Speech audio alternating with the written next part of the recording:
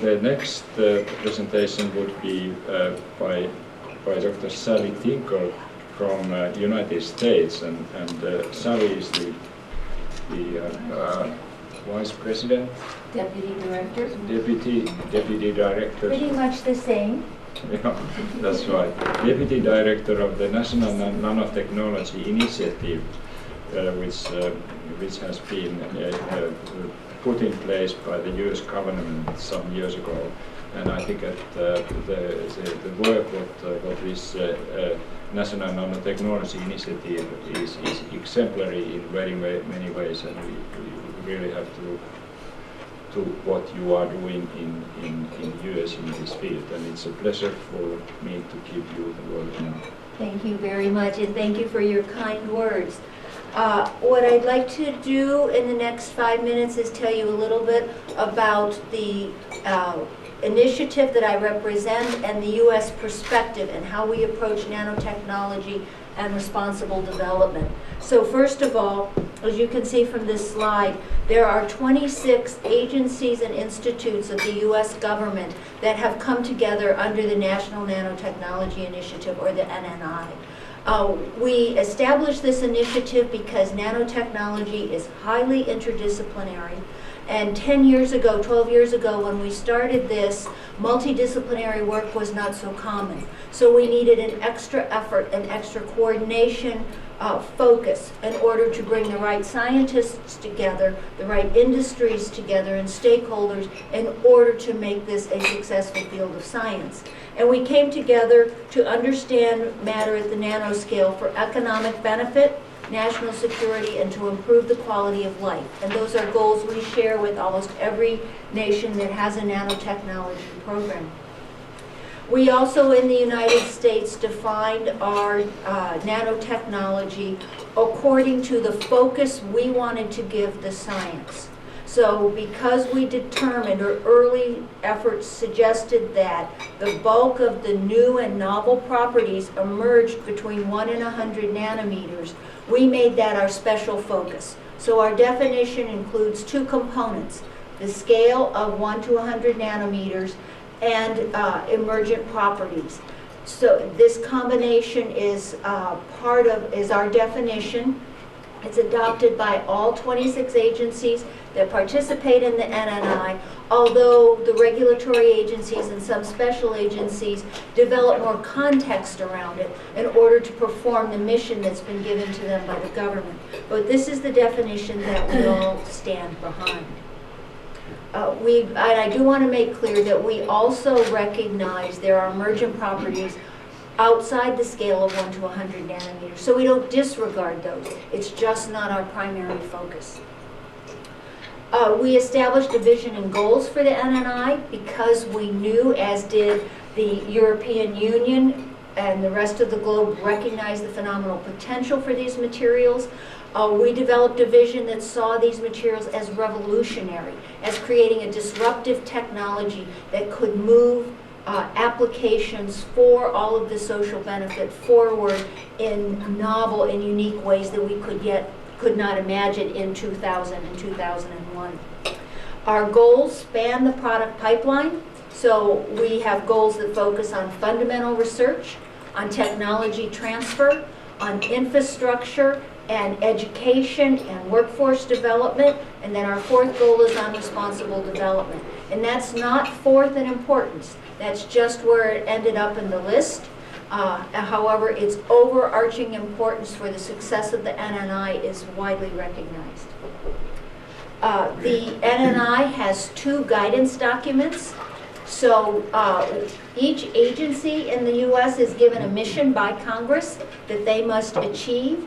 So these documents that we write are very high level and guide the agencies in making their mission-specific scientific programs and their mission-specific budget assignments. So that we have first the strategic plan, which covers all 4 of our NNI goals. And in this current one that you see here, under each goal we have objectives that we want to try and achieve over the next 3 to 5 years. So we set targets for ourselves.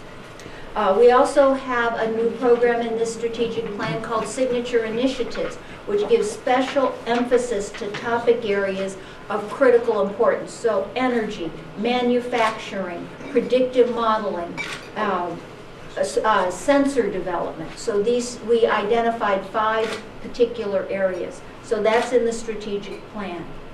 The other very important guidance document is our environmental health and safety research strategy. And this is because we recognize the importance of environmental health and safety in promoting the global markets, in promoting the safe use of nanotechnology and its applications. So this strategy is designed to do both protect human health and the environment and promote product development. And we believe we can accomplish those on parallel paths. So you will find in our EHS strategy specific research needs that are grouped according to measurement, human health, exposure, the same kinds of important areas that you have in all of the EC documents and strategies that you have developed. And so this is our specific plan to advance environmental health and safety. What has the NNI accomplished in its 12 years of existence? So this is just to give you a high-level view. The U.S. government has invested nearly $18 billion.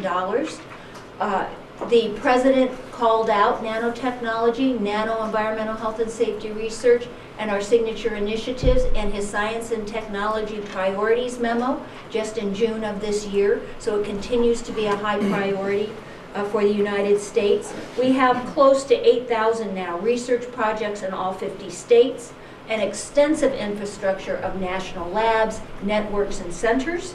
We have invested over $550 million in environmental health and safety research, and we've established major networks for outreach to our stakeholders, the general public, students in high school, grade school, college, in order to educate where we might, and essentially through informal mechanisms such as museums and ways to educate the general public. So this gives you a very brief overview of the perspectives of the U.S. government in nanotechnology, how we're approaching it. I leave you with this final slide that has our information resources, in particular nano.gov. It's really simple.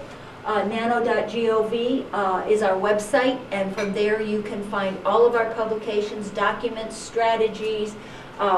We actually have a section that's Nano News, that's a rotating site for the latest articles, so we recommend this to you for more information. So thank you very much. I look forward to participating in the rest of this briefing. Okay, thank you, Sally. 18 billion US dollars has been put to nanotechnology, including the request for 2013. Including the future request. I'm sure we will hear the sums from our European Union colleagues later. And then you mentioned that for the environment and health aspects, sort of nanosafety research, it was 550. Around number of 550 million invested since 2004. Since 2004, yeah.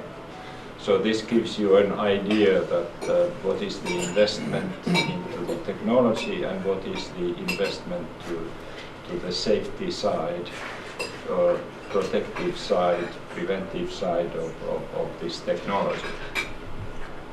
Any questions to Dr. Sari Tinkle?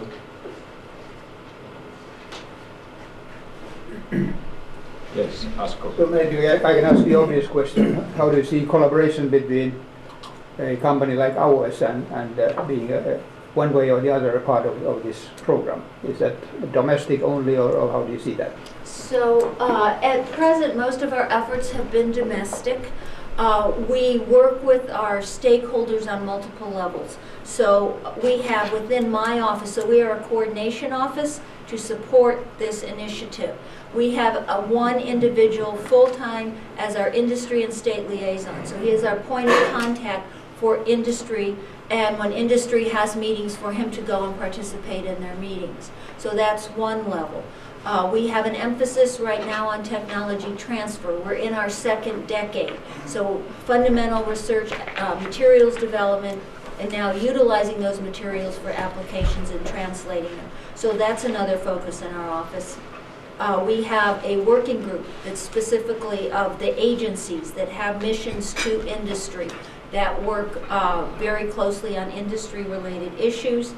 And then finally, whenever we have an environmental health and safety workshop, which we do fairly often, our planning teams are always 2 from the federal government, 2 from industry, 2 from academia, and 2 from NGOs. So all of our environmental health and safety workshops are planned with industry at the table. So multiple levels on which we interact. Okay, thank you very much.